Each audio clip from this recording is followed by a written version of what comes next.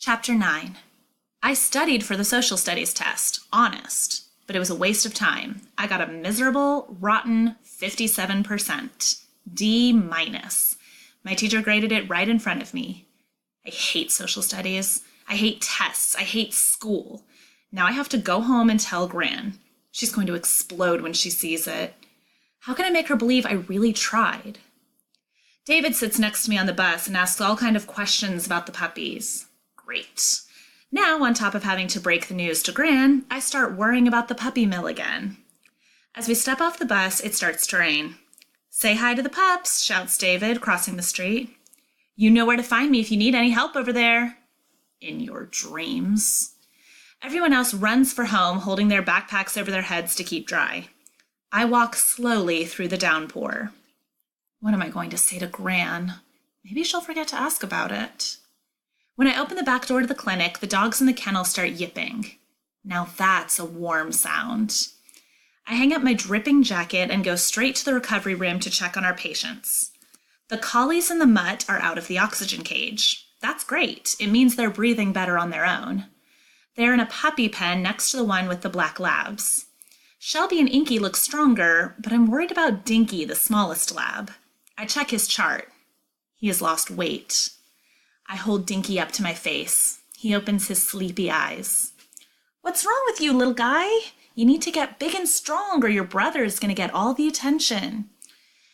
You probably have more brothers and sisters at the puppy mill, don't you? Are they cold and hungry too? I get goosebumps. Dinky doesn't answer, not even a wag of the tail. I'd love to hold him the rest of the afternoon, but he needs quiet to recover.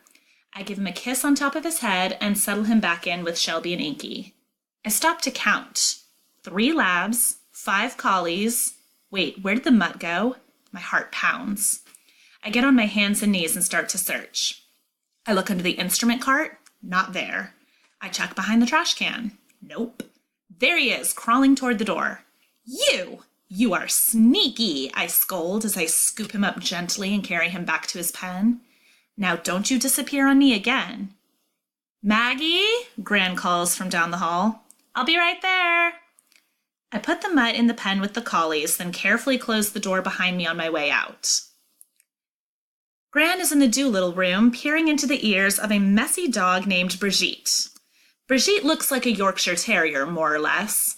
The hair inside her ears is caked with dried earwax and dirt.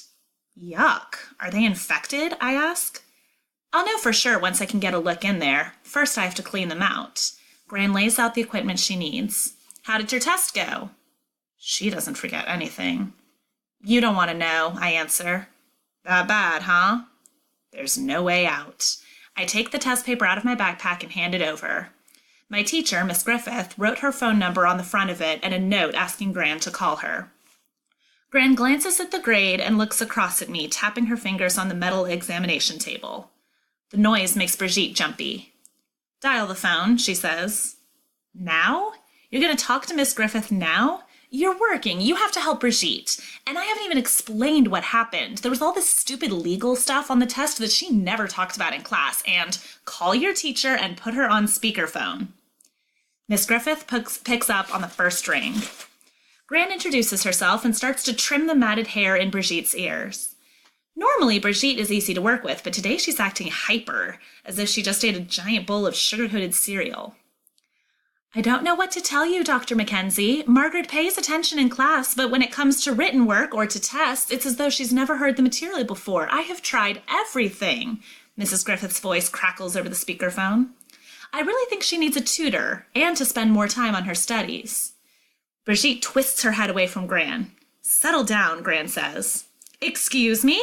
Miss Griffith asks. I bite my lip and pet Brigitte. "I'm very concerned about Margaret," Miss Griffith continues. "If she fails the class, she'll have to repeat it in summer school. I've tried to talk to her several times, but I don't think she realizes how serious the situation is." Gran picks up the otoscope to look in Brigitte's ears. Brigitte yelps and flinches before Gran touches her. She's really nervous. "Don't get so worked up," says Gran, still talking to Brigitte. "Excuse me, Dr. Mackenzie, but I am worked up, and with good cause," says Miss Griffith. This would be funny if they weren't talking about such a serious subject. Me. Eventually, Gran gets two things accomplished. She gets a good lick at Brigitte's ear canals, and she agrees with Miss Griffith about my torture. I mean, my extra credit assignment. I have to write a report about how laws are made. After Miss Griffith hangs up, Gran focuses on Brigitte. She flushes the infection out of her ears and puts in some medicine. Then she combs and trims the silky hair falling in her eyes. I take a brush out of the cupboard and start on the tangles on her back. This poor little thing looks like she hasn't been brushed in months. Stop, Gran says. She takes the brush from my hand. I've made a decision. This does not sound good. I want to whine like Brigitte. You're grounded, Maggie Mackenzie. Double dog grounded. But you can't help out in the clinic until you write that extra credit report and get a good grade on it. And we are getting you a tutor. But Gran, that's not fair. I already have to spend all day in school. You're going to make me go to a tutor too? Can you bring up your grades on your own? Yes, I think I can. I just need to work harder, which I will. I promise, Gran. I promise. Gran looks at me over her reading glasses. All right, no tutor for now then. But your grades have to come way up. Not a D, not a C. You have to get a B or better. And I don't want you in the clinic. I'm keeping you on a short leash until you prove yourself. No clinic? No way. That is not fair. You can't do that. I mean, you can do it, but you need me. Who's going to walk dogs, pet cats, talk to snakes, or take care of whatever hops in tomorrow? I belong here, Gran. Please don't do this. I already have. She clips the hair matted around Brigitte's paws. David had a good idea yesterday. I'm going to take him up on it. He and Sunita can help Brenna with your jobs. I'll call them when I'm done with Brigitte and ask them to come right over. Brenna should be here any minute now. She trims the hair on Brigitte's tail. Aside from freeing you up to concentrate on schoolwork, I think it might be nice to have some extra kids around, for Zoe, so she can make friends. I'm sputtering, stuttering, and getting Yorkshire Terrier fur in my mouth when Brenna walks in, whistling like a canary. I'm ready for work, she says. Be with you in a minute, Gran says. Wash your hands. She picks up Brigitte. Maggie, write down what Brenna has to feed Mitzi and the other boarders. Make a chart. When that's done, get started on correcting your test. Gran, you haven't let me say anything. Gran holds up her hand. There is nothing to say. D- is just not good enough, Maggie. If helping out in the clinic interferes with schoolwork, then you have to cut back on time spent here. With Brenna and the others around, it's a win-win situation. Ha! It's a lose-lose situation if you ask me. Brenna follows me to the boarding kennels, where I show her the cupboard that contains the food bowls and giant bags of dry food. Each dog gets fresh water, and the older dogs get a special feed. We aren't boarding any puppies, so you don't have to worry about them. Regular-sized dogs like Mitzi get 2.5 scoops of dry food and 4 little dog biscuits a day. If we had a big dog like a Great Dane, it could eat as much as 6 scoops a day. Don't give them too much, that makes them sick. And don't give them too little or they'll wake us up howling in the middle of the night. Hold it, Brenna says. You're going way too fast. I'll never remember this. Do you have notes or something? I never use notes. I just remember it. You do this every day. This is my first time. Just write it down. Do you want to report too? I ask as I slam the cupboard shut. Brenna puts her hands on her hips.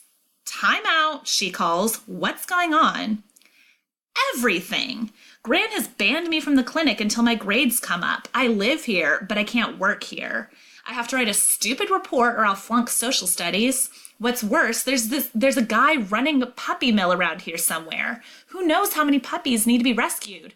Oh yeah, I almost forgot. My star-struck cousin from New York is coming to stay with us for a while. Gran is expecting me to wait on her hand and foot. Yippee. Wow, that's a lot. She sits cross-legged on the floor. The report is the easiest thing to fix. Work hard and you'll get a good grade. Then Dr. Mack will let you back in the clinic. You don't get it. Even when I work hard, I get D's and F's. I can feel my face turning red. School is what I have to sit through until I can come back home. I could study 24 hours a day and I would still fail. I am not a good student. I know it. My teachers know it. I wish Gran would just accept it and leave me alone. We both stare at the same spot on the floor for a minute. I'm sorry, I say. It's not your fault. Here. I grab a piece of paper and quickly jot down some numbers. This is what you need to feed the boarders. Before Brenna can say anything, David and Sunita walk in with Gran close behind. She has a to-do list for each of them. David has to scrub the boarding kennels, and Sunita can watch Gran operate the autoclave, the machine that sterilizes Gran's instruments. All right, let's get to work, everybody, Gran says. Maggie, in the house. From the look in her eye, I know better than to argue. I turn and leave without saying a word. Banished, that's what I am. I set up my homework at the kitchen table and then spend the next 2 hours doing everything but homework. I turn on ESPN, but there's a golf tournament on. Boring. I try to play ball with Sherlock. He falls asleep. I stretch out on the couch and try to sleep, but thoughts of all the sick pups in the clinic and the puppy mill keep my eyes wide open. Finally, just as I'm ready to settle down and study, the front doorbell rings. I open it and find a girl with long blonde hair standing on the doorstep and a taxi pulling out of the driveway. Hi, Maggie. It's me, Zoe.